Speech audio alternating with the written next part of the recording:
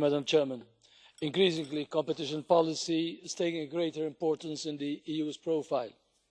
One hopes that this is not happening for the wrong reasons. In principle, competition policy is meant to ensure that free market rules apply to the benefit of consumers all over Europe.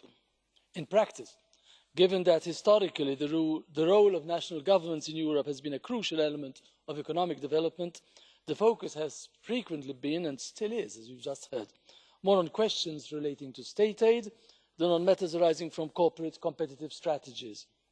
In this, it has been difficult to avoid one-size-fits-all approaches that failed to discriminate and still fail to discriminate sufficiently between north and south, island and metropole, peripheral and central.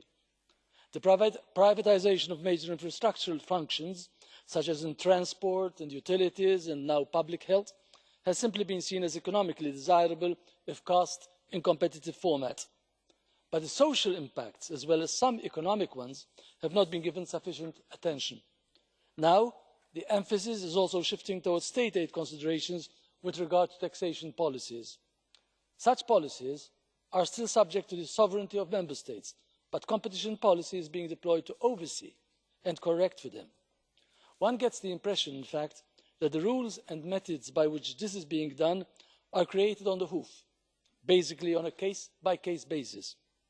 Tax flexibility within member states under conditions, of course, of full transparency should be considered as an integral part of the competitive situation and is vital for the prosperity of smaller member states and the single market. It would be a pity if competition policy comes to be driven according to the urgings of tax populists who are pushing for harmonisation of tax policies and have no problems with using competition policy to achieve this. However, we should watch out. The approach, apparently progressive, could serve to perhaps screen another reality.